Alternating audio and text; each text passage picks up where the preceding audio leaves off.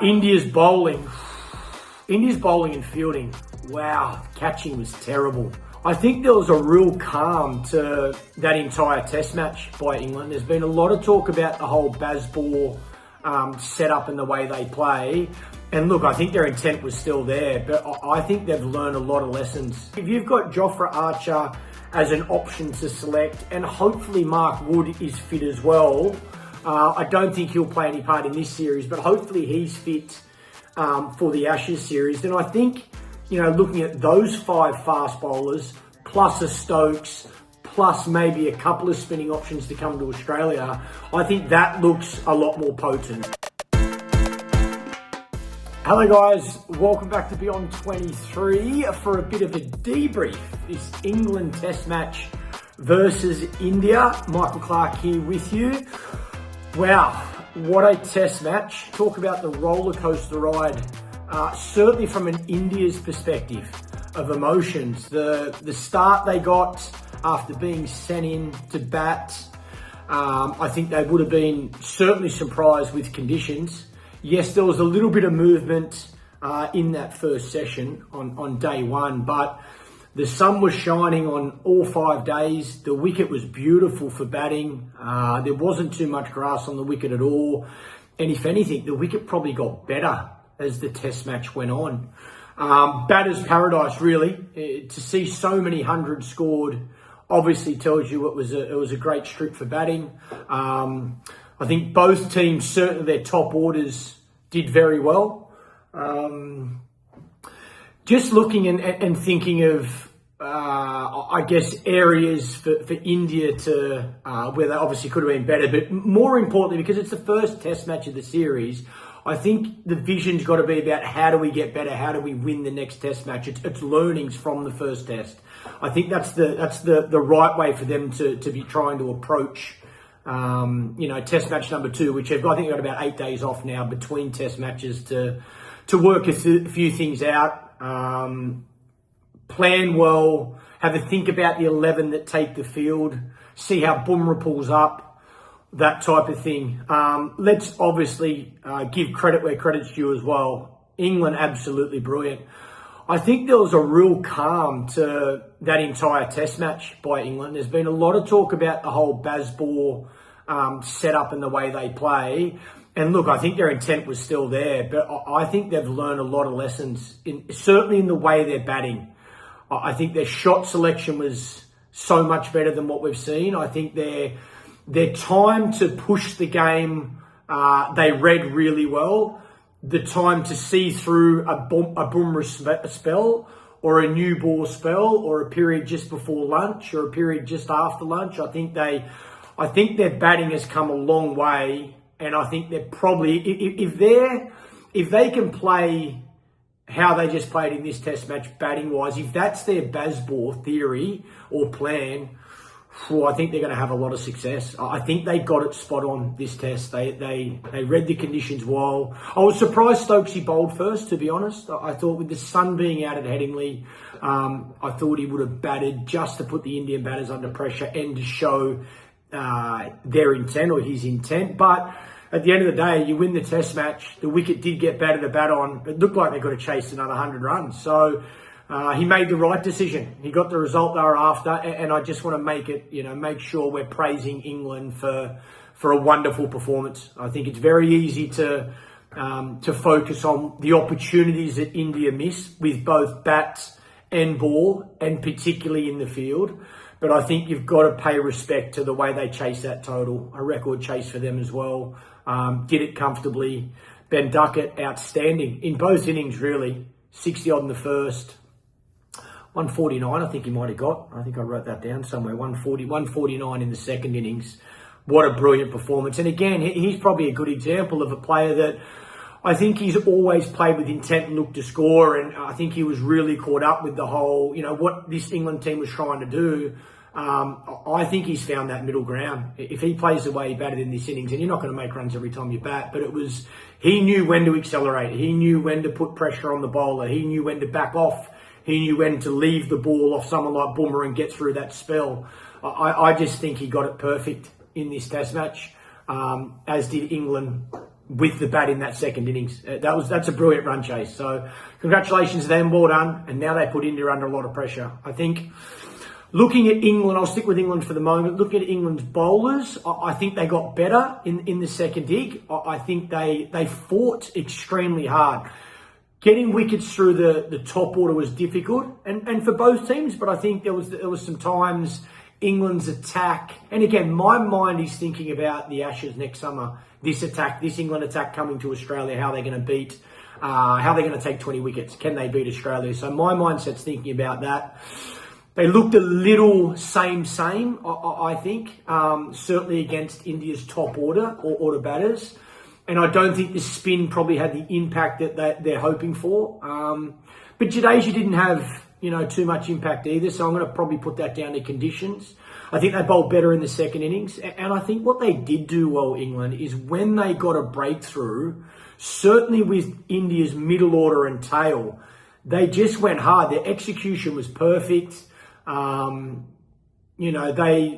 bowled very well. It was just, I think it was class batting that made it look a lot more difficult for the bowlers because it was consistent on both sides. When India's top order was batting well, they didn't look like getting a wicket, but you could say the same when England's top order was batting well, they didn't look like getting a wicket either. So I think it was probably conditions as much as anything. And I think England's attack looked better in the second innings. First innings, Stokes was the pick of their bowlers, and I was thinking, wow, Stokes is a very good bowler, but I don't think he could be your best bowler. You got three quicks, a spinner, and Stokesy. I think in the first innings, they resorted back to him on a few occasions thinking we need a wicket. And I think Stokesy is that X-factor bowler. I don't think he's going to be able to bowl the overs that we probably all wish just with his body and how much cricket he's got ahead of him. So the three quicks really need to stand up. The other thing I was thinking about is I saw Jofra Archer's come back and played another game. That's a real positive for England cricket moving forward. I think if you've got Jofra Archer as an option to select, and hopefully Mark Wood is fit as well.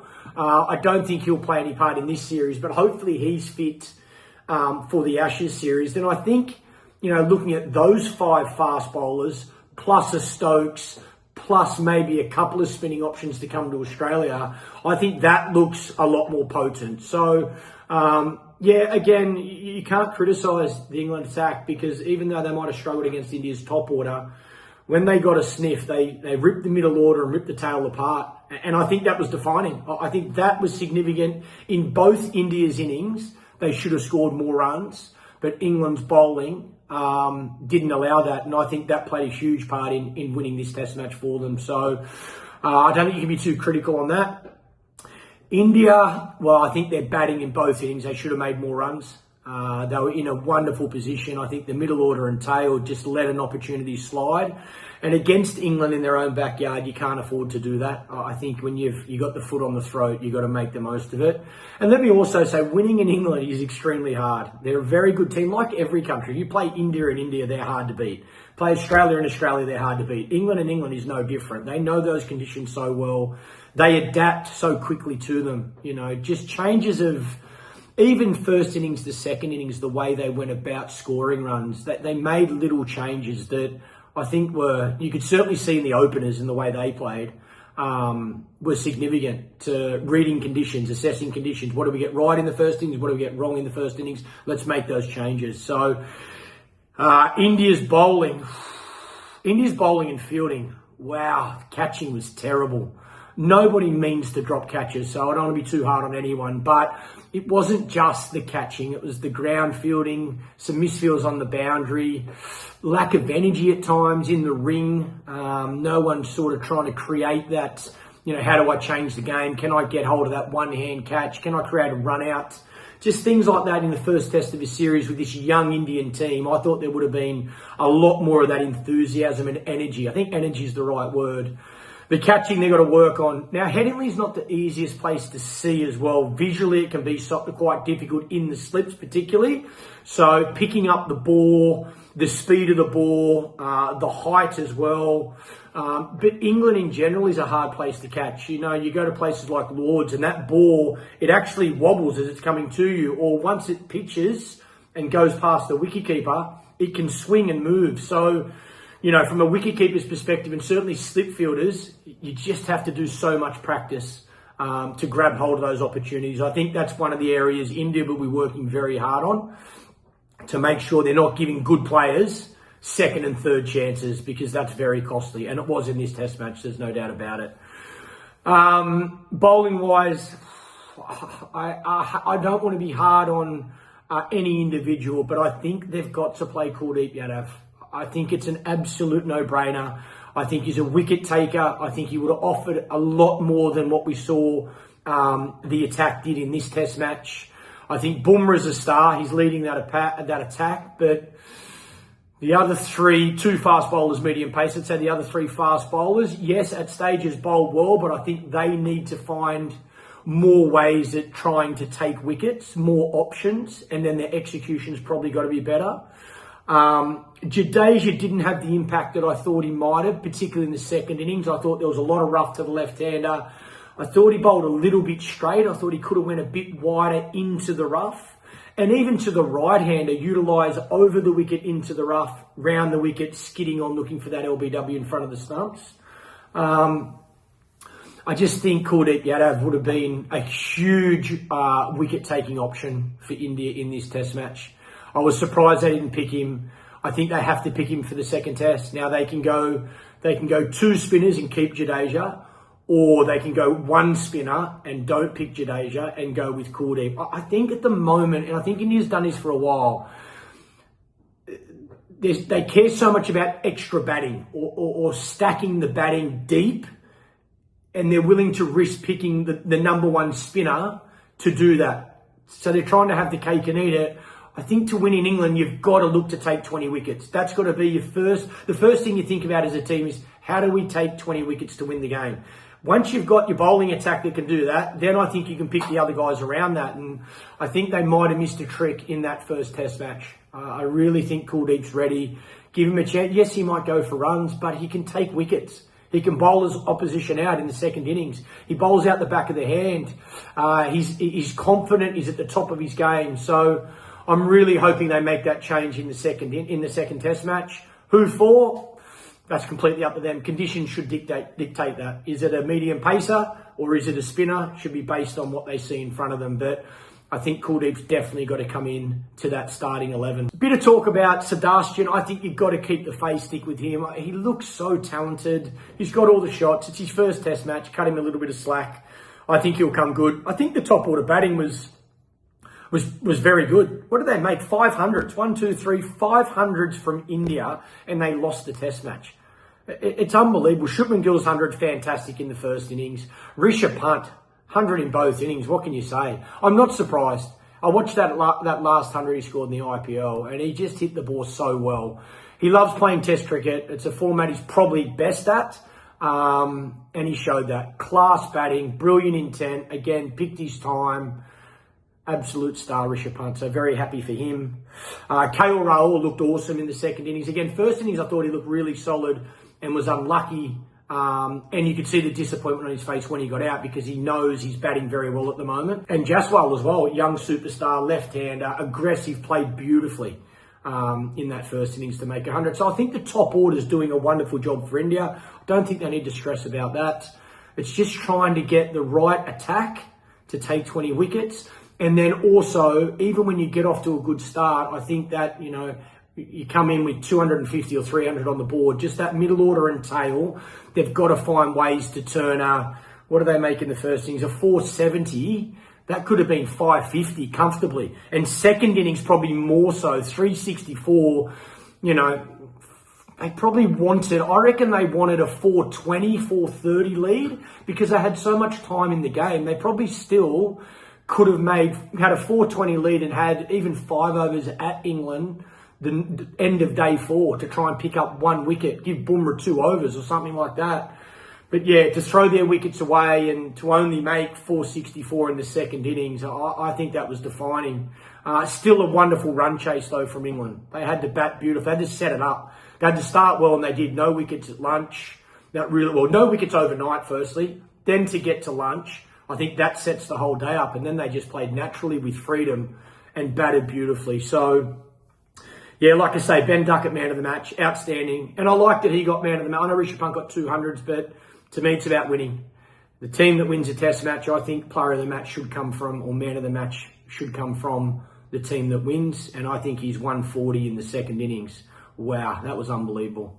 Bumrah as well, I think bowled very well. He's going to be the talking point now leading into this second test match for India, because they're going to be a very different attack without him. I think they've got to be careful to manage his workload, even with the test matches he's playing. 25 overs in the first innings. I think it was 20 in the second. It's a lot of bowling in the first test. The mindset or the talk over here is he's only going to play 3 tests no matter what. So, you know, there's a 8-day break between this second test match. Do they pick him in that and then a quick turnaround before Lord's the third test? I don't think you can afford to go 2-0 down. So you might have to risk picking Bumrah in this second test match. I think you've got to play your best 11 and try and go 1-all and then reassess then. But yeah, India, I don't think India can afford to go into the second test without Bumrah. I just think England will be confident now chasing those runs, even with Bumrah in that Indian team. But if he doesn't play, wow, I think they will feel very confident about winning the second test if Bumrah's not in at 11. So I'd be finding a way to freshen him up, let him recover. Doesn't need to bowl in the nets. Don't even worry about picking a ball up in the nets. Just get fit and ready for the game. That's what I'd be focused on. I'd want him to play this second test match. I definitely want Kuldeep Yadav to come back in or come into this test team. That would certainly be a no-brainer for me. And then I'd be working hard and having conversations around our middle order and tail, finding ways to continue to keep that pressure on England if we get on top like we did. And if you're batting, go as big as you can, make as many runs as you can to set that foundation up in that first innings. Catching, as much catching practice as possible. But also, you know, it's a first test. There's a lot of cricket still to play. I think there's a lot of positives that India can take out of that. But I can guarantee England will feel a lot more confident, winning that first test match the way they did than they were before a ball was bowled in this series. So India's got their work cut out. They're going to have to fight extremely hard to turn this around and turn it around quickly. Thankfully, there's a good break for them all to freshen up, get themselves right, and come back out and hopefully continue to play some of their best cricket. I think we have to, Test cricket's the pinnacle. There's no doubt about it. Talk about those highs and lows. We saw that throughout this Test match. Both teams, so much talent. Both teams played brilliantly at certain stages. England were more composed under pressure. England's execution was spot on, and that run chase, they deserve all the credit that I'm sure they're getting at the moment. So, Test match down, 1-0 to England, pressure on India. What do they do with their 11? Can't wait to see. In the meantime, we'll watch West Indies versus the Aussies in that first Test match as well. So, come on, the Aussies. Thanks for all your support. Please check us out, Spotify, YouTube, Instagram. Follow us on Instagram. Really appreciate all the love and support. We'll see you after the West Indies-Australia first Test match for a bit of a debrief on that one.